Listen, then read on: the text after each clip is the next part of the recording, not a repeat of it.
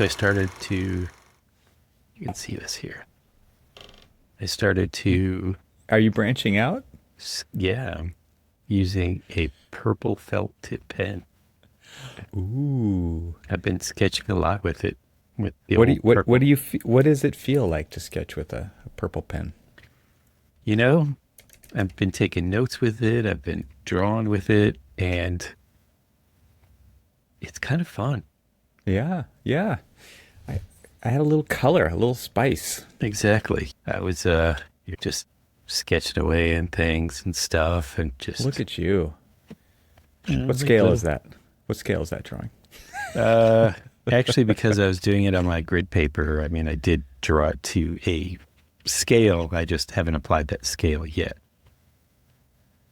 You just haven't If figured that out what makes, it is to scale, it but is it to a is. scale. You Yes. just don't know what scale.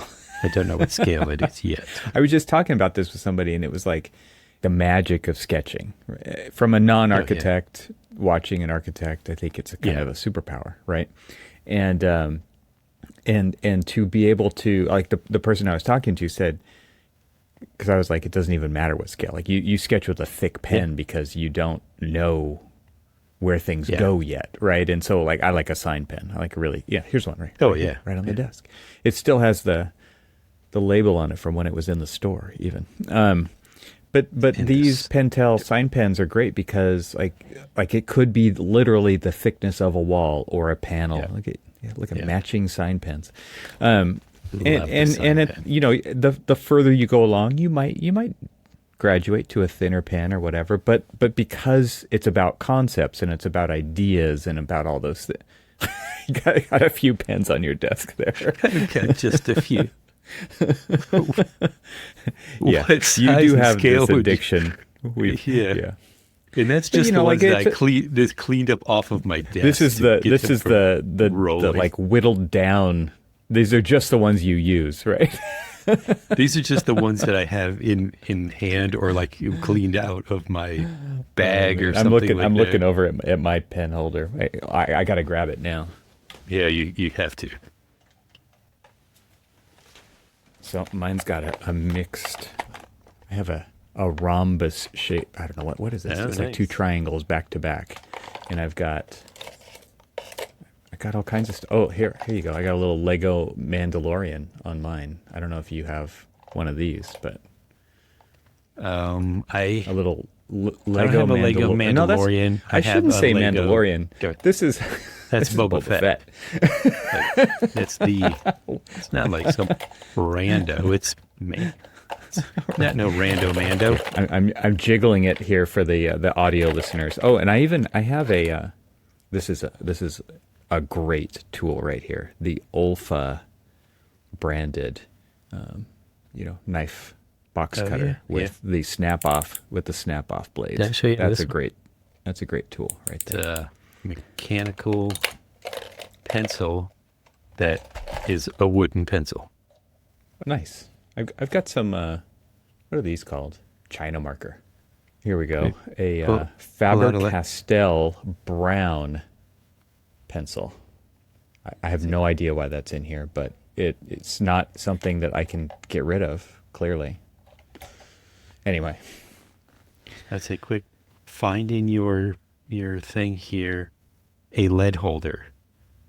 yeah, those aren't in this. They're not in this Okay, then thing. I won't. Trying to think of where they are, actually, now that you say that. I think they're upstairs. Oh, you got the thin. That's a Statler, isn't it? It is. Yeah. We have a couple of those around, but I like the big boys. I like the big Oh ones yeah, too. yeah. Yeah. I What is was this? Oh, I this was is a laser watching pointer. I thought that might be a lead holder, but it's not. I was watching a documentary about Louis Kahn. Of course, I was right. Oh, this is right. Yeah, you're doing a deep dive onto Yeah. into the masters here. Yes. You seem to be, from my perspective, casual listening of different content out there that exists to me is a deep dive into the masters. What do you got there? I have The Art Museums of Louis Icahn. That's a book dedicated just to the museums, so it has Yep. to have lots of drawings in it. Oh yeah, it's just chock full of drawings, of hand drawings, preliminary sketches, models. Here's a hand sketch of the Kimball. I mean, yeah, it just shows the good old days of 2D communication via the pencil. Yeah. Well, I mean, this back to this conversation I was having is the person was talking about just how really seasoned architects can just sketch to scale, right? Like Yeah. and it's funny because you don't even need to really usually sketch to scale, right? It's Yeah. like you could be sketching in perspective, you could just be sketching ideas, diagrams. It's about relationships. It's not about the detailist stuff. And then there are like you, I'm sure you can do this. Like I actually have a pile of sketches around here somewhere where it was like a week's worth of just sketching details for a project, and they were pretty close to being at 1/2 inch scale, I think is what I was kind of drawing at. And I wasn't really trying to, but it just kind of worked. Once you draw something that you can Right. relate everything else to, because it was like a wood frame construction building, right? Here's a 2x4 bottom plate or a 2x6 bottom plate, and now everything you just draw it in relation to that, and it kind of makes sense for the people you're handing it to make something more So- specific out of.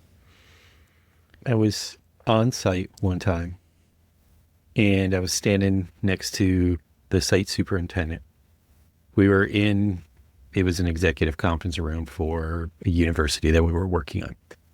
And we were looking at the windows. We had some clear story in this conference room. And it didn't turn out the way we were hoping the details were. And they were just like, hey, can you come up with a sketch for something that trims these out? It was a hollow metal frame that was a custom hollow metal frame, but it didn't turn out the way we were all hoping it was going to. So the rest of the conference room was wood paneling and wood trim and everything else. The reason we didn't do the wood trim and everything over it is because these were acoustic windows. It was kind of chunky, and we didn't really. The frame that we made was really a thin profile frame, and we were trying to. Can I pause here? What's Sure. an acoustic window? Never heard of what an acoustic window. What is that? You've never heard? You of mean acoustic like window? you mean like a triple pane, like it's keeping sound yeah, out? yeah. Okay. Yeah. I Well, just think about. Well, I mean, you thinking about like all of the guitars and stuff on your background. So like a recording studio or something like that. The window, Gotcha. those kind of windows. You're cutting down on the sound transmission with them. Okay. Cutting down on the sound I've never heard of transmission, it referred to as an acoustic window, so I learned something new here. Okay. So he was just like, can you come up with something? We got to do something. This just doesn't look right. And so I pulled out a pencil in my pocket and started drawing on the wall. And I was just like, well, I think we could do Upside this down and this backwards too, right? Because you do that. I do that too, yes. But this particular one was just, we were standing there and I was drawing it on the wall. Mm-hmm. And he was just like, oh, that looks really good. And then he's just like, wait a minute. And he pulls out his tape measure and he starts taping. He's like, did you just draw this 1-to-1? I'm like, yeah. and so I was just like, and so we started like drawing dimensions. He was dimensioning it, and he was like, and ultimately we just took a picture of that because we added dimensions to it. And he was just like, can I go ahead and just use this as our sketch? I'm like, let's do it. Let's do it. It's just make I sure mean, your either make sure way, your picture is Cormac, to you're scale. liable. Yeah. I didn't sign it. It turned out, it turned out nice. The finished product turned out really nice, but it was just wild that, it was just like, hey, let me do that. Yeah. Yeah. I've done the whole drawing upside down. I was drawing with another client and we were talking about just a temporary condition, and I started drawing and I was like trying to interpret what we were all talking about, and I was drawing it. Mm-hmm. Put the piece of paper down and I was drawing it, and he was just like, yeah, I think that's what we want to do. And then he was just like, wait, did you just draw that upside down? I was like, well, I was drawing it so that you could see it. I already see it. It's I already see it here. up here. Like, I wanted you to see it. And so I'm like drawing upside down. And he's just like, he's like, he's worked in like he was actually the office manager for a really big name firm or big name architects, husband and wife team, to be quite honest with you. I don't know. They may or may not. How's that work? Oh, these were, you know them. I couldn't do it. I couldn't do it. Well, you know. And my wife does have an architectural training. Yeah, that's true too. You know, it's interesting. I've for the longest time, I always met the architect and school teacher pairing. Yeah, like And you I've guys. been Yeah. meeting more and more architect pairing. Like, good luck with that. Yeah. Well, I mean, Yeah. if they've made it work, that's great. Yeah. Good for them. Actually, last night I stopped by the students that I taught last semester, and they were working on their project. And I was stopped by, and they were asking me some advice and stuff. And so I was drawing, and I started drawing what I saw on their screen to talk through something with them. And I kind of just kept adjusting it to kind of like more or less get it to the scale, like the actual scale, so that what I was sketching and describing actually like was workable. I don't know if they were like, wow, look, he can sketch and it makes sense, or if they were even, I mean, they were paying attention, but I mean, I don't know if they cared or not, but it was just kind of interesting that I kind of reminded myself, because like working remotely and having these like communications by sketching, you know, are few and far between now. Right. And so, you know, I kind of just somewhat amazed myself that I can still sketch as well as I Because it used does to be able take to sketch. practice, right? I mean, it does yeah, take yeah. you. You may not lose it completely, but you definitely lose you get out the of practice. feel. Like Yeah. and it's, but the interesting thing is that, and I'm curious, teaching students and stuff who probably don't do that hardly as much as we used to. Right. You know, there's this idea that I put to sketching, which is kind of like working at the speed of thought, Yeah. Yeah. much more so than what you can do Yeah. on a computer. And maybe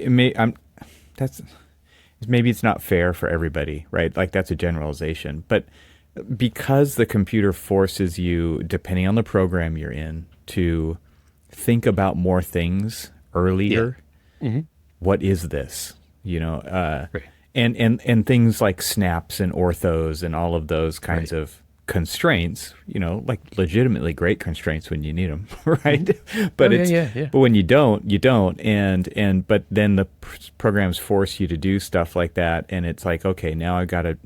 You just get into a different mindset where it's like, okay, now I'm going to actually try to draw this to scale, when it's like, maybe this isn't the time for that, and therefore you have to do it more slowly, right? Because you can't just describe it. Like, this isn't AI LLM style Chat GPT.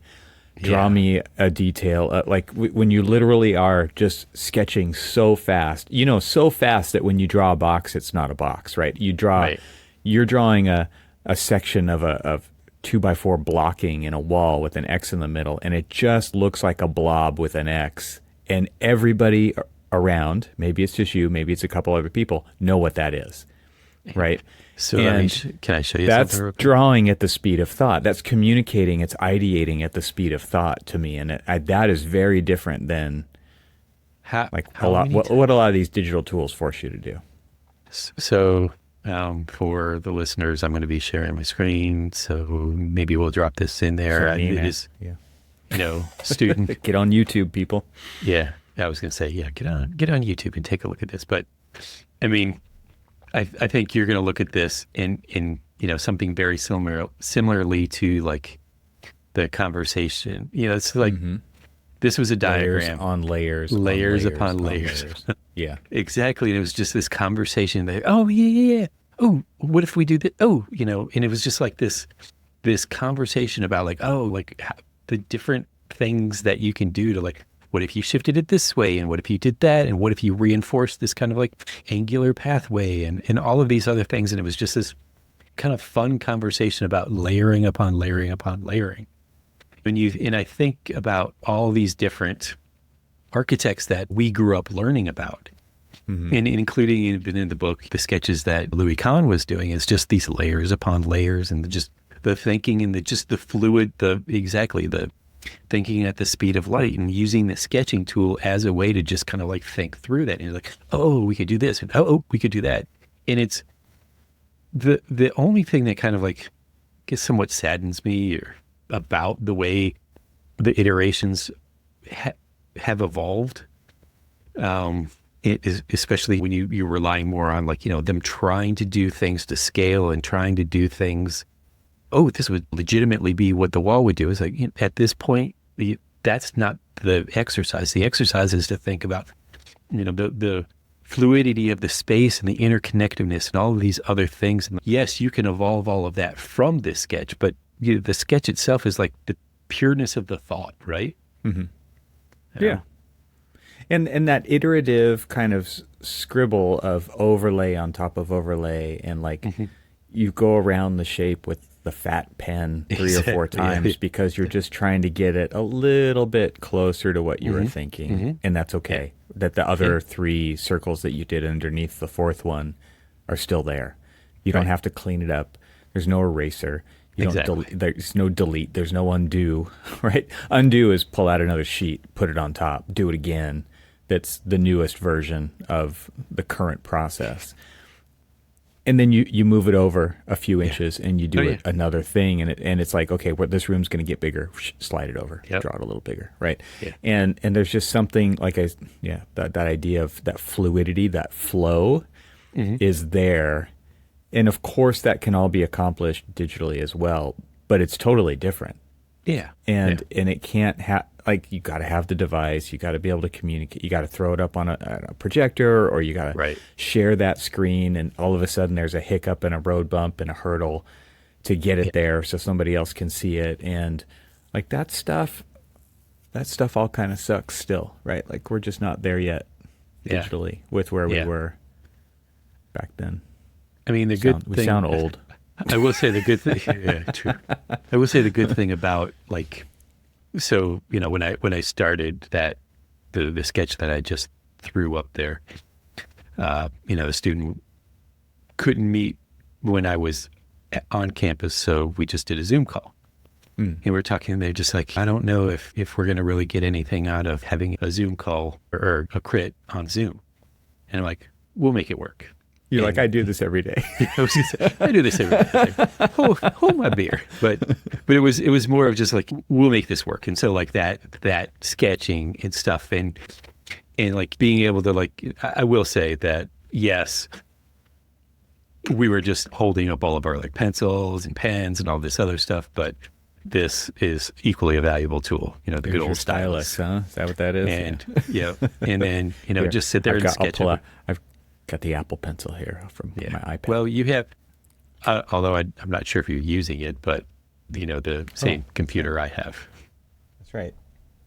You reminded me. I don't use this thing very often, but yes, I have the black one that goes with the Microsoft computer. Okay, yeah, mine's the white one for the Apple, the dark side for Windows. Mine's red. That's nice. You can actually see it and find it when you're exactly. Well, no, because this, with all of the red pens and all of this other stuff in the cup, blends in. And this thing was sitting in here, and I'm sitting there, and I'm like searching around for it. I'm like, where is it? Where is it? And I'm like, I don't see it. And it sure enough, it was right there. And I pulled out another pen in it because it's got the little magnet in there. It was like magnetized to a couple of other pens. So when I pulled it out, I had like 3 pens that came. Careful, you leave it in there too long, it won't have that magnet anymore, probably. Well, it was. I didn't even realize it was in there.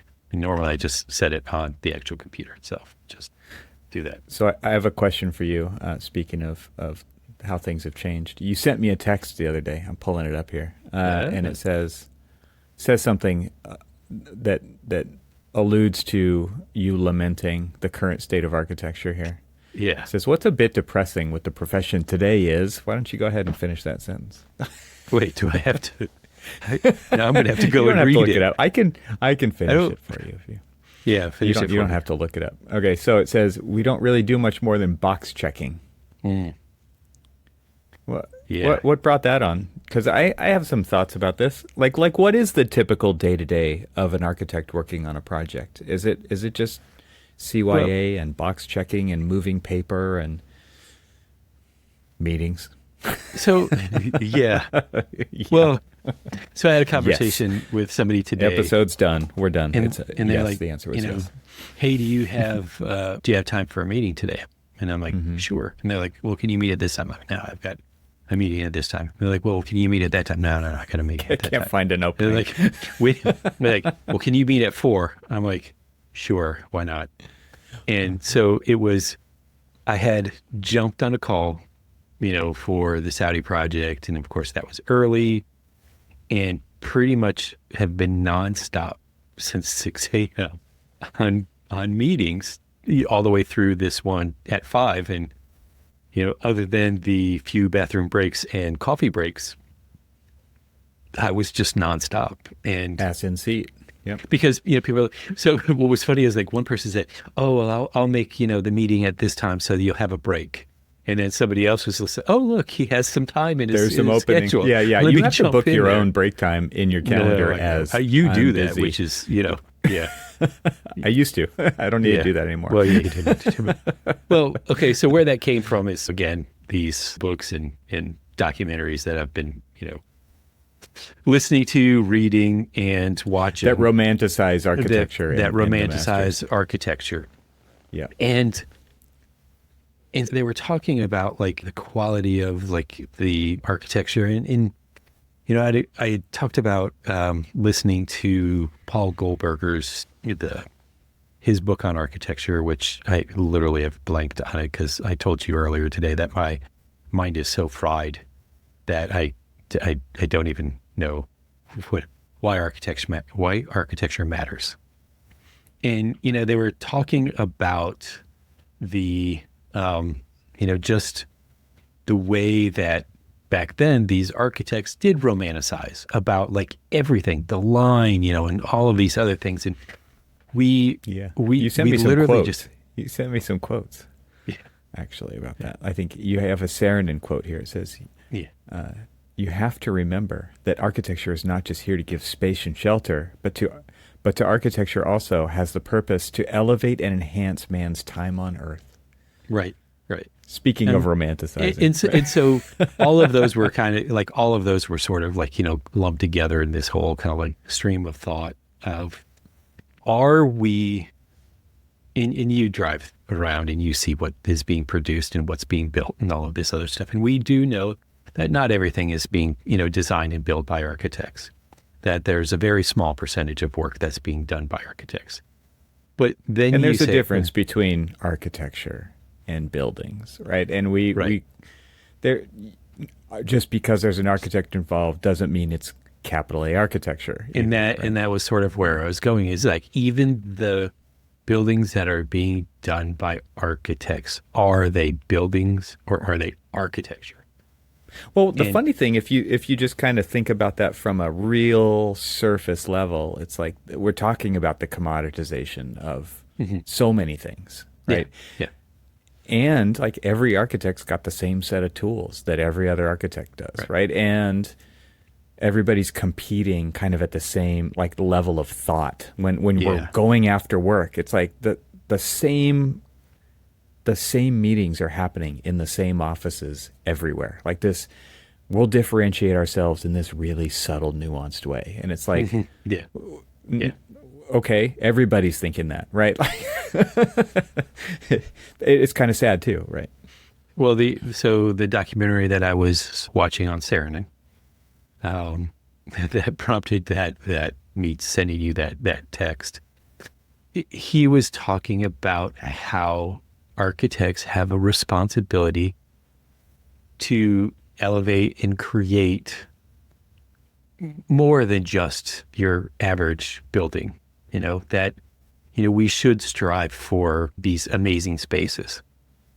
And then the box checking comment comes from just the fact that you drive around and you look at things that are designed by architects that are just, okay, well, this meets code. Okay, this is the developer will be able to afford to build this or whatever. And there's so many things that kind of get in the way to like dumb down what are, I guess the spiritual side of the task that we all sort of got into architecture for. We didn't get into architecture to just build code minimum buildings. I mean, our conversation, with William, it was all about this, what can AI do to kind of like take over the mundane task? Well, if we're creating mundane buildings, guess what? It's going to take over the entire task in a way.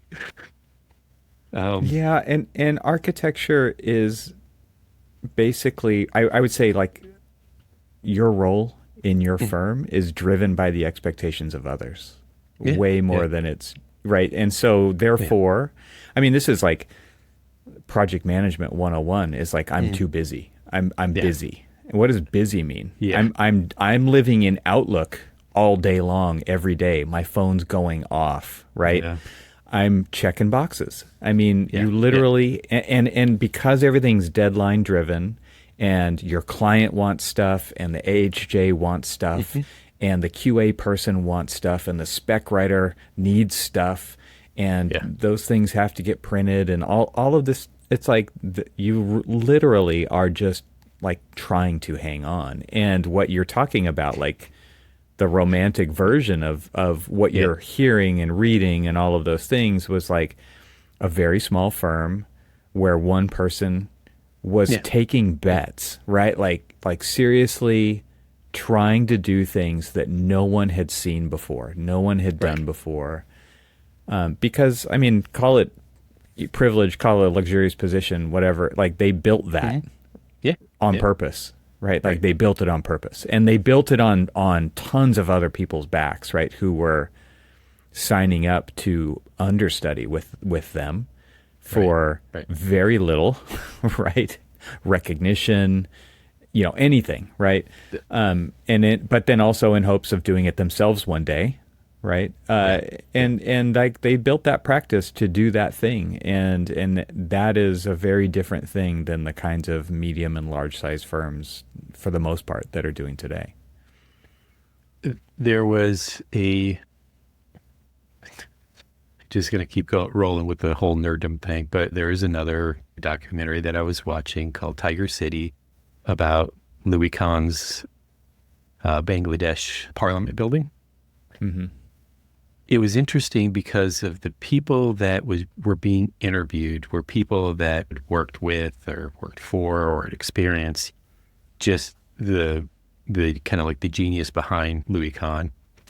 And there's like Stephen Hall was being interviewed, and he was talking about, I wanted to go work for him because, of the way that his process and his model building and just the way that he sketched and the way that he thought through everything. And unfortunately, he passed away before Steve could even go work for him. But, that was his plans, is that he was going to do that. And it was just this. And so then I'm watching the one on Saarinen, and then just this amazing group of Pritzker Prize winning, AIA Gold Award winning FAIA architects are all like these disciples of his that are still pushing the envelope of amazing work, or actually have all probably retired and possibly passed in their own right. But I mean, it was just these amazing group of architects that worked with him that you kind of wonder, is like, where is the next run of Saarinens that are creating the next level of amazing architects that are working for them, or the Louis Kahns that are creating? I mean, I think we've seen them. We've seen a lot of them at the Monterey Design Conference, right? Yeah. I mean, and at the same time, like they're still guilty of doing the same thing, of building a practice on the backs of like labor, right?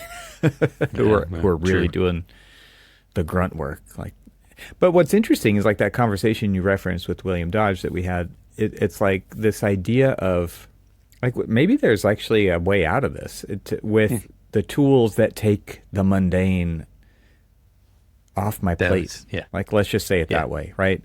And that's going to take a while still, but I could actually potentially see that happening. I think I remember this conversation that I had with you about, like, if you were to start a practice from scratch, how would you go about it today? Yeah. Today. How would you versus go about 3 years ago or 5 years ago, Right. right? Like it's pretty wildly different than what it was just that short time ago. You know, it's funny. I've been thinking about, because I've been reading and listening and watching all of these different things about all these master architects from back in the day. And I've been thinking, this is like, oh, you know what I would really love to do is start my own practice again and have it be kind of the architectural workshop. But then I started thinking, how would I go about doing that? Because remembering the conversation that you and I had with you thinking about how you would start a practice today with today's tools. And I was thinking to myself, I was like, I don't want any of today's tools. Yeah, I mean, that's legit. I want the trace paper. I want the wooden models. I want But you don't want to do the mundane. And I think, you know, this yeah. idea of it being a cult of busyness is real in firms. Yeah. And if you do a small firm, like you literally have to do all that yourself, right? Or you have to start building a team, assembling a team to do that stuff. And then you need to find people who really want to do that stuff and are good at it. I feel like I was sharper and more on my game when I worked for a smaller firm that I had to do everything, because I had my kind of like fingers in everything, design. You were younger. Manager. You were just... I was younger and I could... Sure. You were I could sharper. Ouch. It's true. I'm old and tired. I believe there is a space for you behind the woodshed. But I know what you mean, but you literally were younger, and your brain was, and there, like it was more. You could deal with that way better than you could now. Well, but what's funny though is, like, you know, so again, all of these things that I've been doing more recently, just like reading, watching, absorbing history and stuff, Feeling are sorry the things. for yourself. No. Are the things that I wish that I would have done back when I was younger, to have an even like broader sense. Now I'm like, man, why didn't I do this? You know, And why like, didn't you? Because Let's go back to the thesis here, because you've been checking boxes. Like you've been so busy. Yeah. You've literally been buried by architecture. Yeah. By these projects, by the busyness, by like this. I mean, and what's crazy is people say I'm busy, like they're and like what happens at review time? I did all these things, and it was like, but is that effective? Is that the true value? Is that the best purpose and service in the pursuit of what we stand for? I doubt it. And yet people get rewarded for that. And so then, guess what? Effective? More, right? Yeah. The reward for getting a lot of work done is more work. Yeah. As we always say, it's like, you know, the reward for hard work is more hard work. Yes. And I know you just said that, but it's just like, I literally just said that to somebody the other day. I told them that, hey, I know that you've been working really, really hard, but I've got more work for you. Yeah, right. Because they're damn good at it, and you can count on them and all of those things. Exactly. And in my position, I feel horrible that I'm asking somebody to basically do more work because they've done so much work previously. Yeah.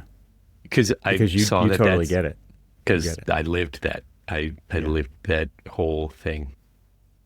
I did want to ask you. Have you seen those things where it's like you go to the coffee bar and it's like if you stand at the counter, if you order, it costs this much. If you stand here and watch, it costs more. No. Yeah. Right? Yeah. If you ask me for something, it costs even more. There's like different versions of that out there.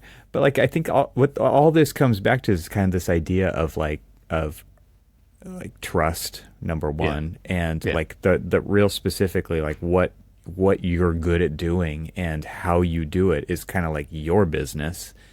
And that's where that trust is built. It's like that you can do what you say you're going to do.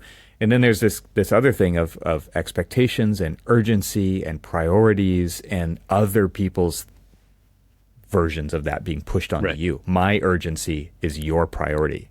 And like that's what email is, right? It's just an inbox of to-do items for things for you that you didn't sign up for, right? Like it's just like a trash bin that's enormous, and people are just throwing stuff in, and you have to deal with sorting it out and prioritizing it and doing all these things. It's just like a free for all.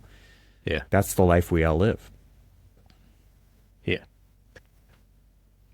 I want to change topics a little bit, even though it's kind of building off of what No, it's something okay. that I don't you're- think we're really getting anywhere. Yeah. We're Well, just I'm going to preface this by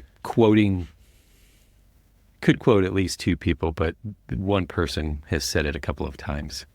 But so sitting in studio with these students, and I always ask them, have you heard of this architect, or have you heard of this building?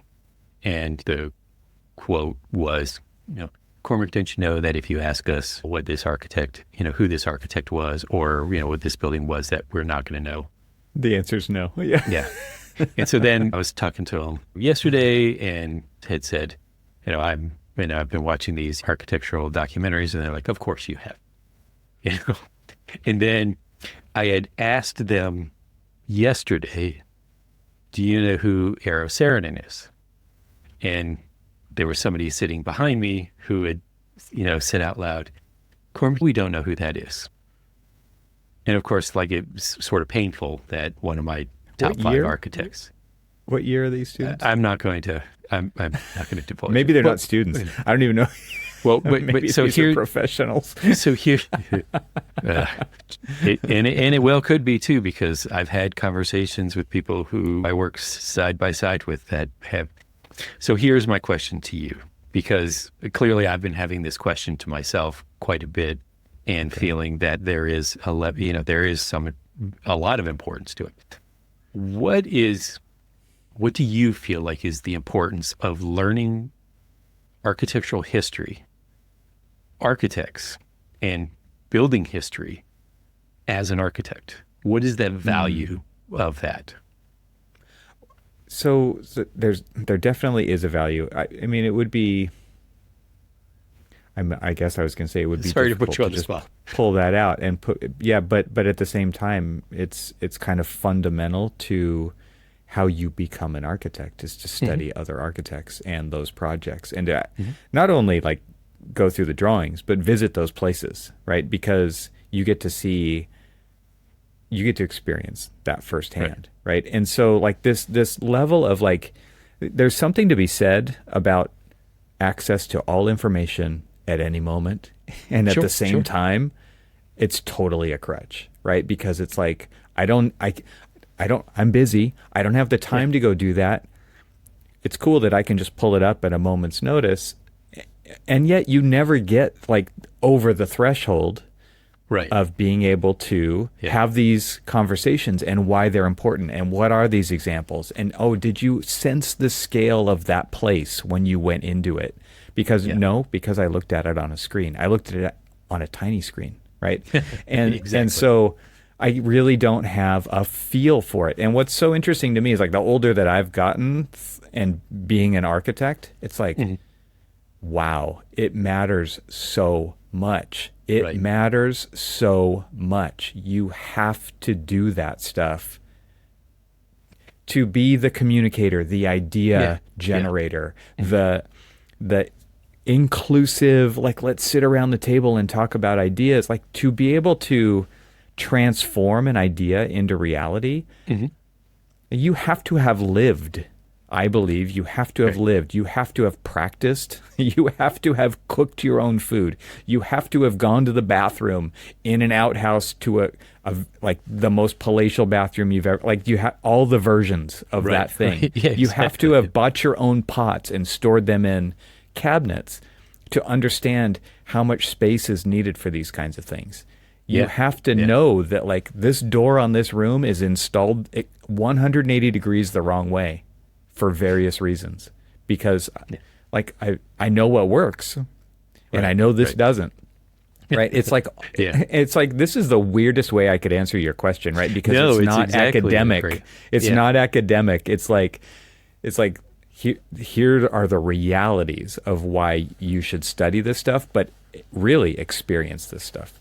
Experiencing spaces and places. I mean, if you're the shaper, creator, emoter of these places and spaces, you have to understand them. I mean, having like this understanding of how other people use them, or at least the curiosity to ask and experience how and observe how other people are using things. I mean, to really understand how, in fact, I mean, I've always had somewhat of a little bit of a distaste for the architect to architect conversation that's simply about design without including like the users that are going to be experiencing, living and breathing those spaces for however long they work there or live there or whatever. And just trust me, I love waxing poetic about architecture. 100%, obviously.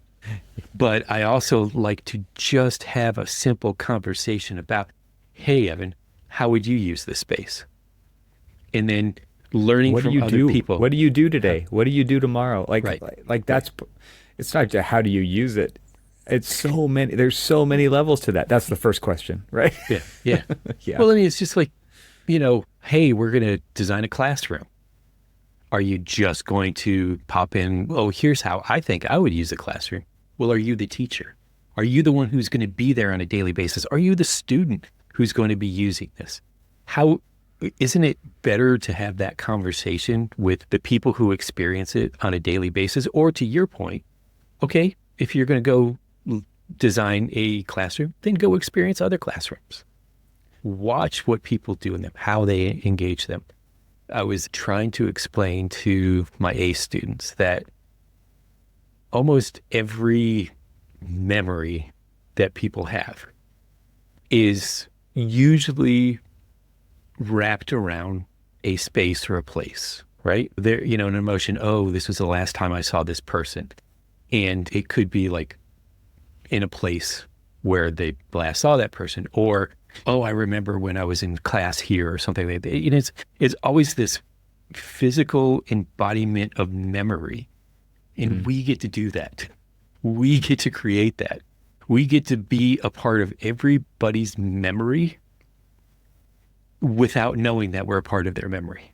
And so to me, that's like our task is like, okay, if you just think that on a grander scale, that you're shaping other people's memories, how then would you create that space?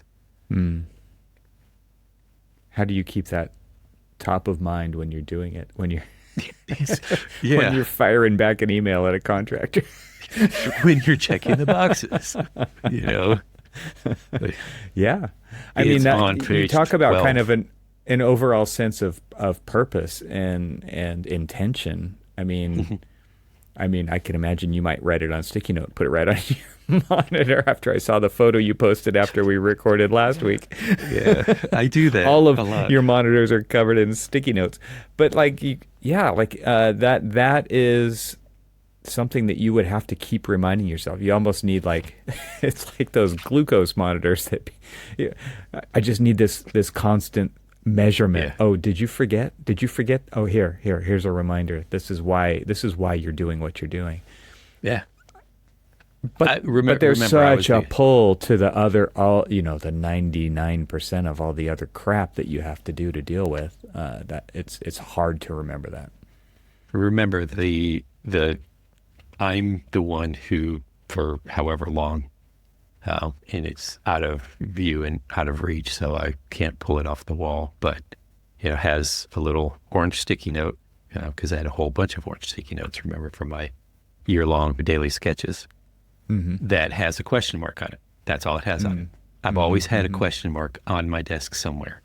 And the whole intent of that is to question everything. Just question everything.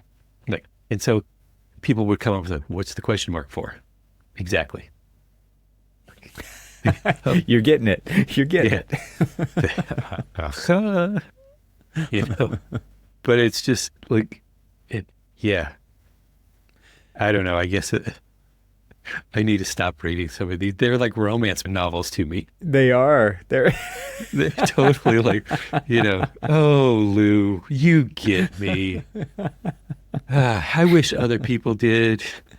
Well, it sounds like you have Yeah. some recommendations for the audience. Let's finish up here with, and can you? We'll definitely put the titles to these things into the show notes Yeah. for those who want to partake. But can you remember off the top of your head what the names of these things are? So I will say books that I'm either listening to or reading. You Say to the Brick. Need you guess what That's the that title. You Say Yes. to the Brick. Okay. Gropius. No, I had to. Yes, I know. And for if possibly a professor is listening to this, yes, I know I was supposed to read it. Yes, I did write a report about it and will admit to it that I did not read it. The Death and Life of Great American Cities. How many years ago are we talking right now? A long time ago. Okay. The statute of limitations has passed. Yeah. Obviously, modern man. Okay. Wait, say the name of the previous one that you didn't write the Oh. report for, or that you did write the report for. The Death and Life of Great American Cities, Jane Jacobs. Okay. Okay. So I have read as kind of more of like reference guides these two books, yet I think reading them in book form is better than listening to them. Oh my Lord. Just don't listen to them. There's some books that just don't work. Yeah. A pattern As language audiobooks. Okay. Yeah. That's is definitely. not an No. audiobook. Sorry. Have you tried to listen to that? Yes. Is that a thing? It is. That doesn't seem like. It's like trying to It's a listen to thing. graphic standards. Yes. Nope. A timeless way of building. Another one of Okay. of his that of Alexander's, Christopher yeah. Alexander's work that is Okay. not an audiobook. I thought, ooh, cool, audiobook. Nope, not an audiobook. An illustrated guide to building construction. Yeah, I'm gonna listen to that on the way. It's funny is that I have a building code illustrated sitting on my desk right here. There you go. Yeah. I couldn't imagine that being a Let's turn this An into a audiobook. podcast. Yeah. yes. Broken Glass about the Farnsworth House. Okay. Honestly, this is a really good read because I do have the book, but this is also a very good listen, and that is Why Architecture Matters. And I've got something in my eye for those that are watching this because I think I have that. I don't. I would have to kind of go through the library. Paul Goldberger, and honestly, it's good. It's good. I appreciate it because I definitely recommend it. And then of course like the biographies like Frank Lloyd Wright and Modern Man about Corb. We've already talked about like all of these. And so the whatchamacallums that I've been watching, the whatchamacallums, I believe whatchamacallum is this You Will Love, Alto. Just That's what it's called. Alto. yeah, it's just Alto. Not to be confused with the video game Alto's Adventure. This was the PBS special American Masters about Eero Saarinen, and then Tiger City, which is on Louis Kahn, were the three that I just recently watched and are watching. Nice. I'm in the middle of Alto. And, I would love someday, just because I'm that kind of a weird person, to like put this diagram up on the wall that has like pictures of all of these different architects and like just put strings that, You're to talking each of- about your. yes, I'm still talking about it. No, you're basically describing like your this is going to be on a wall in a cabin in the backwoods somewhere because I told you when I have the architectural workshop, the architectural workshop is just me doing hands-on things, and one of them is going to be with your wall of this connections between all these wall architects. of connections between all of these different architects. With pins and yarn and photos. What was funny is, sketches. There'll be sketches. Here we are talking to William Dodge, and he's talking about his connection to Albert Kahn. And here I am living in Detroit, where Albert Kahn lived and practiced and learned architecture and everything else. And you see the connection of other architects that, we may want to say Albert Kahn for the Detroit area is like the beginning, but he wasn't even the beginning. He had apprenticed with some amazing architects that we just don't even know who they are. But some amazing architects that then he learned his craft. And then you see like the lineage of all of the different people who used to work under Kahn and those lineages. And then other people kind of like adjacent to him that went in other directions that like started the Smith Group and all of these other ones, and how there's this just amoeba, this nebulous of like all the different architects. It's organic. Yeah. It is. And I'm pretty positive that you're probably working for somebody, or you've worked with somebody who's worked with somebody who's worked with probably one of your favorites. I remember one of my professors was a project manager for Mies. And here I am learning architecture from somebody. So I'm 2 degrees separated from Mies, and it's kind of cool when you think about stuff like that. Maybe you're the Kevin Bacon of this algorithm right here, this formula. 6 degrees of Cormac Phelan. Mabel Bacon, maybe. That's great. I've got the episode title. Yes. Maple Bacon of architecture. Maybe the Maple Bacon. Yeah. Somebody say bacon? Yeah. Damn it, now I'm hungry. I was kind of hoping it was Cormac and his purple marker. Purple pen? Yeah. Purple felt tip. Bringing it back to the beginning. Good job. Learn your history, folks. Learn your history. It's fun. Maybe I'm wrong. Maybe it's not fun, but it's fun. It's fun for you. It's fun. Speaking of just history, weirdness, I don't know why. I woke up this morning and I had a song in my head that I don't believe that I have heard in my head since I was a kid. And I don't know if you remember those little, cartoon PSAs that they used to put on. Well, some of them, I'm sure. So, hanker for a hunk of cheese. Do you remember that? I've heard that terminology. I'd have to hear it. It was from a PBS, so we should put it in the link or in the show notes just because, just for fun, a little Easter egg. Just for fun. And right, if somebody's like funsies. listened to the end of this, then yeah. Come on. I'm waiting for a commercial to run through so that then the video will play. Maybe. No.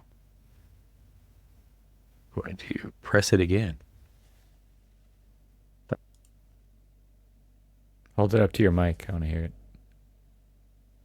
You ever get that hungry feeling after school? Oh, I do. I'm so hungry, I could eat a wagon wheel. When I'm so on the draw and I need something to chaw off, I make her buy a good cheese for when my 10-gallon hatch a feeling 5-gallon wine. I got something planned, which is little cheese sandwiches. Come on. Here's a great one. I'm going to just stop it there, but that's great. I literally woke up saying, hanker for a hunk of cheese.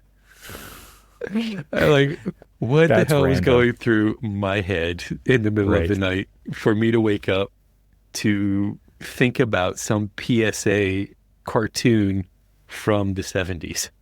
Nice. This has been a nostalgic conversation. It has has. it not? It has. All right. Until next time.